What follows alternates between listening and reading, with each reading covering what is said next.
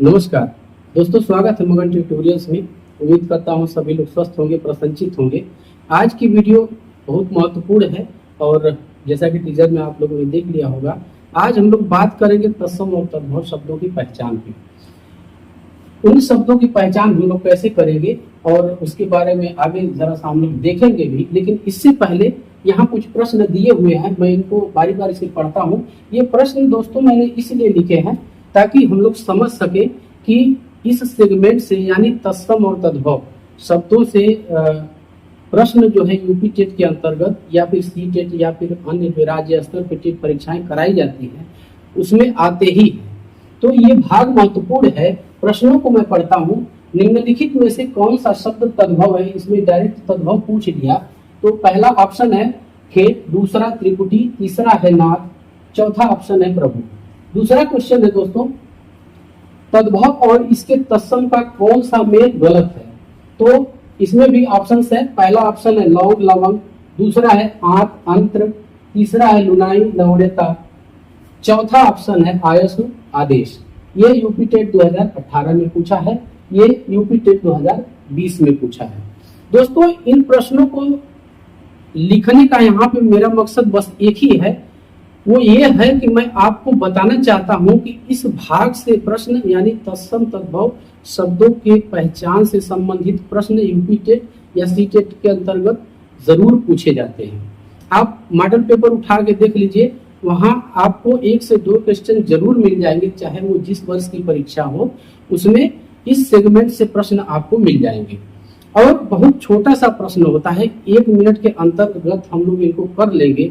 लेकिन यदि हम लोग प्रॉपर इनके बारे में जानते नहीं हैं तो फिर हमें दिक्कत होने लगती है। उसी दिक्कत को दूर करने के लिए आज मैं कुछ ऐसे तरीके लाया हूँ, कुछ ऐसे नियम लाया हूँ जिसको जानने के बाद हम लोग इस प्रकार के शब्दों की पहचान बहुत ही आसानी से कर सकेंगे। तो बिना देरी किए हम लोग इसको मिटाते हैं और मैं आपको वो नियम बताता हूँ जिनको जानने के बाद हम लोग ये चीजें आसानी से कर पाएंगे। तो दोस्तों यहाँ पे वो जो सारे नियम हैं उनको मैंने यहाँ पे लिख लिया है और इनको एक एक करके हम बारी बारी से देखेंगे कि कौन सा नियम किस प्रकार से लागू होता है और किस प्रकार से तत्सम और तद्भव शब्दों को परिवर्तन में देखने के लिए मिलता है। उससे पहले जरा सा हम लोग तत्सम और तद्भव को जान लें कि तत्सम और तद्भव होता क्या है। तो सभी जानते हैं कि तत्सम का अर्थ होता है तत् मतलब उसके, सम का मतलब होता है समान, यानी उसके का मतलब यहाँ पे संस्कृत से है।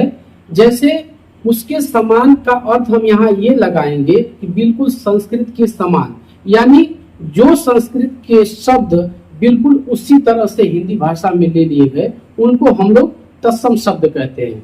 इसके ठीक विपरीत तद्भव का मतलब होता है उससे उत्पन्न।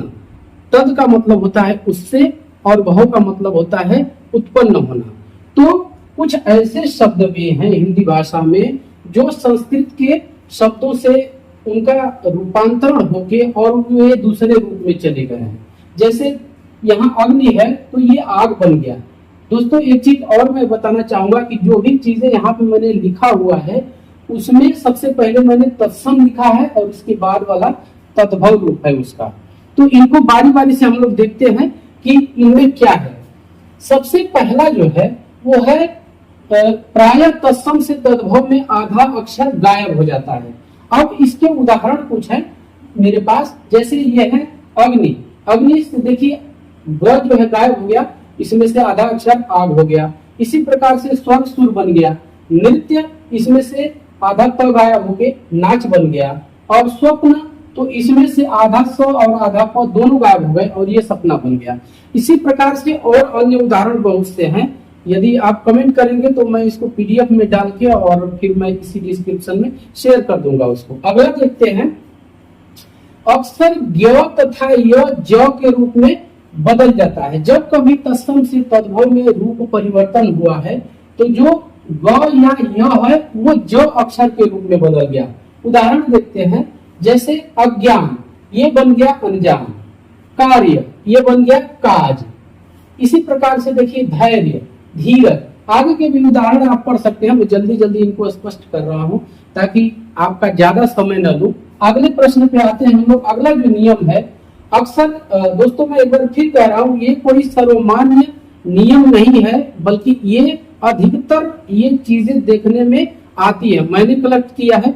और यदि आप चाहें तो आप भी जो तत्सम तद्भव शब्दों की सूची है उसमें से तमाम इस तरह के संयोग आप निकाल सकते हैं। ये मैंने आप लोग के लिए निकाला हुआ है ताकि मैं आपको बता सकूं कि यदि आप इस आधार पे इन शब्दों की पहचान करें तो बहुत आसानी से कर सकते हैं। अगला जो पॉइंट है वो है अक्सर व ब बन जाता है।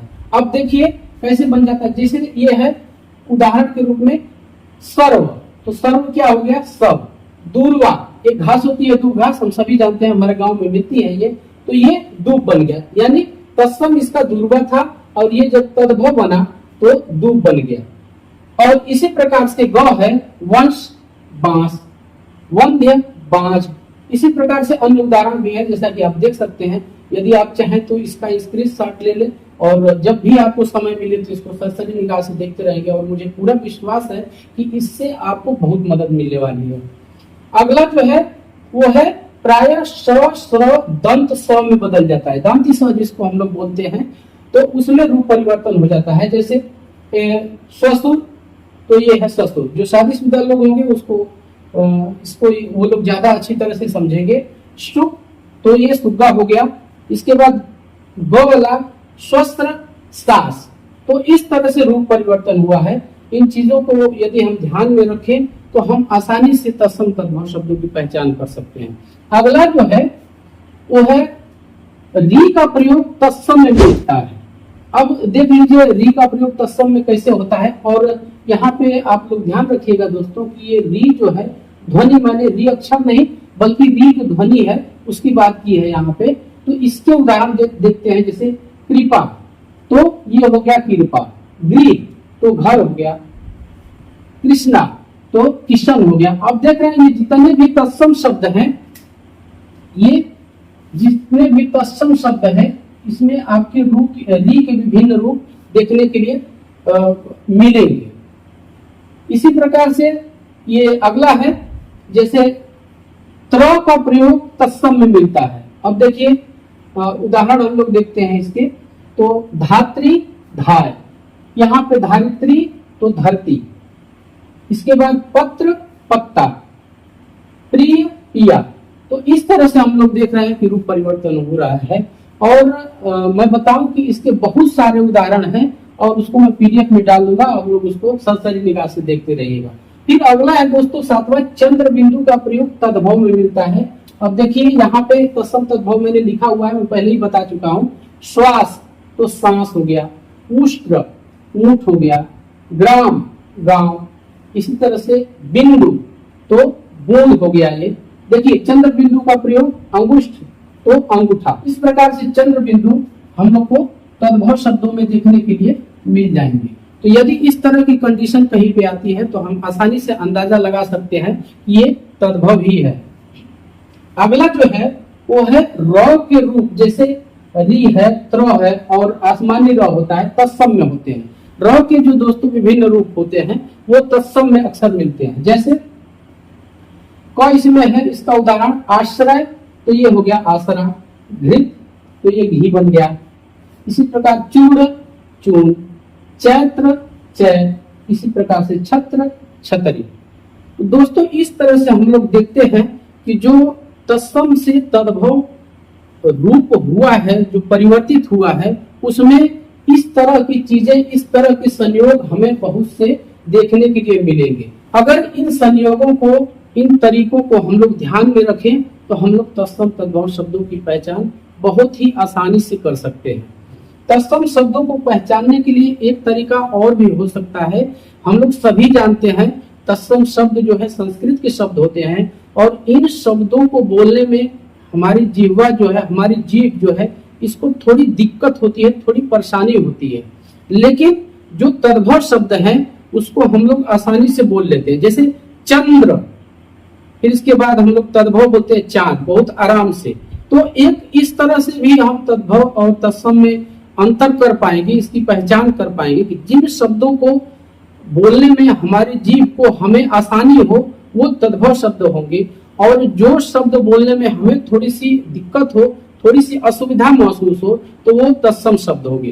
दोस्तों तो यही था आज की वीडियो में। अगली जो मैं वीडियो लाऊंगा वो शब्दों के वर्गीकरण से होगी और फिर संधि समास की भी वीडियो में जल्दी ही इस चैनल पे लाऊंगा।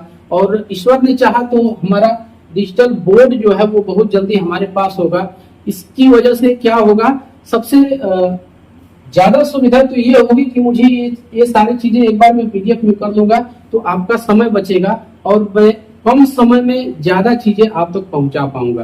तो बस आज के लिए इतना ही था दोस्तों। एक जरूर रिक्वेस्ट रहेगी कि आप हमारे चैनल को सपोर्ट कीजिए, हमें सब्सक्राइब कीजिए। और मैं जानता हूं कि आप लोग अच्छे हैं, बहुत अच्छे हैं, जरूर करेंगे। तो इन्हीं बातों के साथ आपसे विदा लेते हैं, मिलते हैं एक और बेहतर और बेहतरीन वीडियो में। तब तक के लिए नमस्कार।